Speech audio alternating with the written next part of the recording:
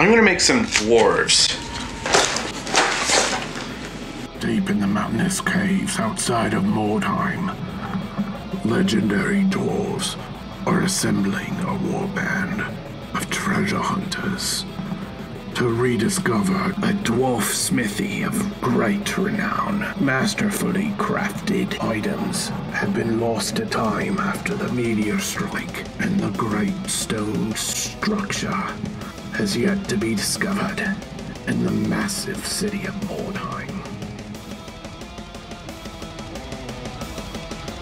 Oh hey, you've summoned a lesser maker. This month of July, we've been following White Dwarf build guides. For this third week, as a thank you for participating, that I would write you guys a build guide and see what you guys can come up with. If you're interested in grabbing this, it's free on Patreon without a subscription. Mordheim is a free game, and clicking that download button has been super inspirational, and it's kept me going for more than 2 years. If I could pay that forward to you guys, I really enjoy doing that. So providing those free STLs on Patreon and all that other stuff is kind of the reason I do all this. So grab this for free, and I think it's time that we get started to build.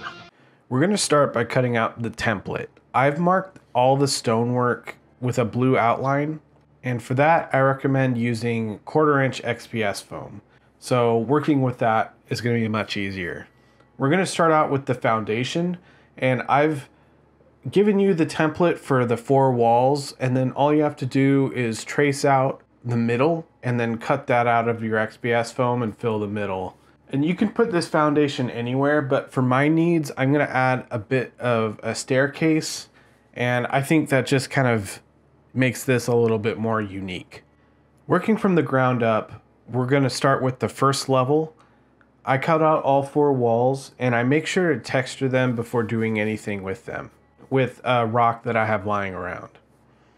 I also used a 3D printed door. This is a free STL that you can grab on the Patreon. You can get it without a subscription. If you find value in these STLs and stuff that I provide in videos, make sure you subscribe to make sure that you see them later. And if you would really like to help support the channel, make more videos, it's only $2 a month to sign up. That's if you can afford it. I really appreciate it either way. Now we're on the second level, and I make sure to add a lot more texture where I'm going to add damage, and I let the material kind of inform where I add the damage. I couldn't fit the whole template on one side, and instead of moving it and not using the material efficiently, I decided to just go ahead and cut it out with that hole in there and use that as damage. It's an easy way to kind of inform your decisions later on, and I really like it because it helps things look a little bit more random, rather than, if you always make your choices, there will be a pattern.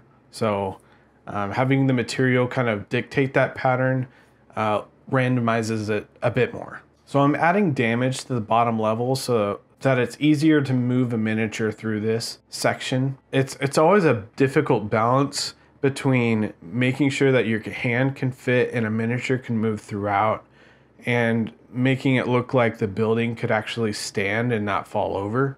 So I did opposing corners. I did damage to the opposing corners to kind of make it feel like it's a little more balanced.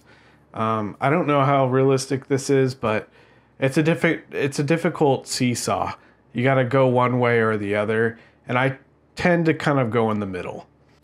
I made a bay window with some 3D printed windows, again on my Patreon, and I made it so that that dwarf miniature I kit bashed at the beginning could sit at the front and kind of have a 180-degree view. Because this is a dwarf forge, I thought giving that warband an advantage in its own terrain piece makes a lot of sense. I'm adding some fragments of roof here, and I've been adding timber details all over this build.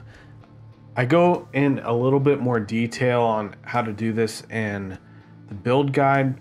If you have any questions about stuff like this, you can join the free Discord, and we have a lot of people over there who like to help and give input, including me.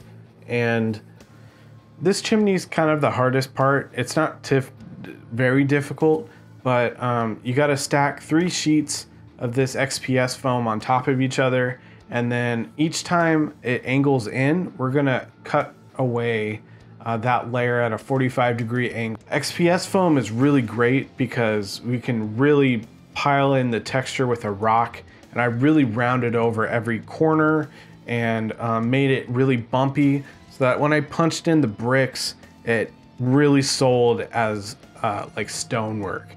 And I've been really enjoying using these handmade punches instead of laying individual bricks. It makes it so much faster, and it has a really great result.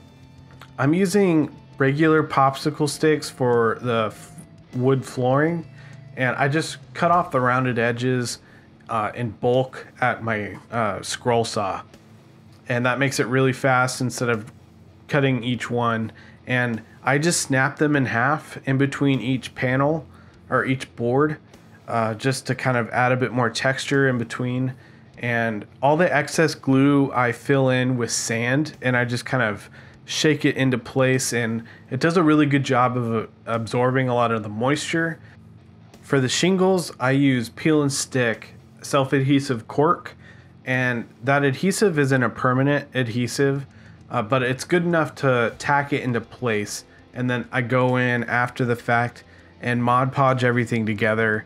And for all the stonework, I went with a teal undertone. I add a wallpaper to my wall before I start painting the interiors and stuff, so I can paint over it with the colors that I'm already using. And that file is free on my Patreon as well. I also paint the interior cream color and add a bit more dark brown and start sponging on over the plaster and the stonework. I've noticed that in reference photos that stonework is never really gray, so using a gray paint just kind of takes out a lot of the depth. So starting with like an undertone and then an overtone, and adding a bit of variety with that sponge really does a lot to add noise and texture to the whole piece.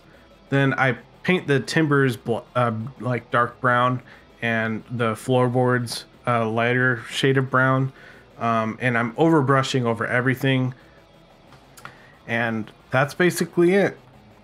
Before we end the episode, I'm going to thank my Patreon members, and also thank you so much for participating in this challenge this month. If you build this build on Instagram, make sure you tag me in it.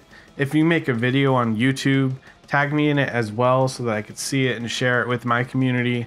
I really look forward to seeing what you guys make. Genuinely a lot of fun to see what everyone did.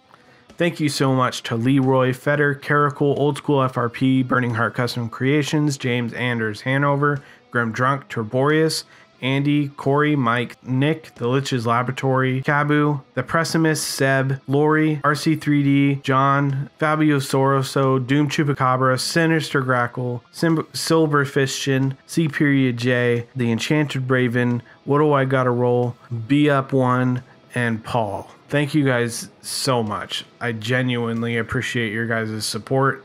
It really makes this channel go around. Make sure you like and comment. It makes a huge difference on how a video performs. So if you could do that, I really appreciate it. And again, I know I've said it too many times, but thanks for participating this month. We just hit 3,500 subs, and I can't imagine a better way of reaching that goal with you. So thanks for being a part of this community. It's been quite a blessing. All right, have a good one. And don't forget to check out the submissions. They're all really great.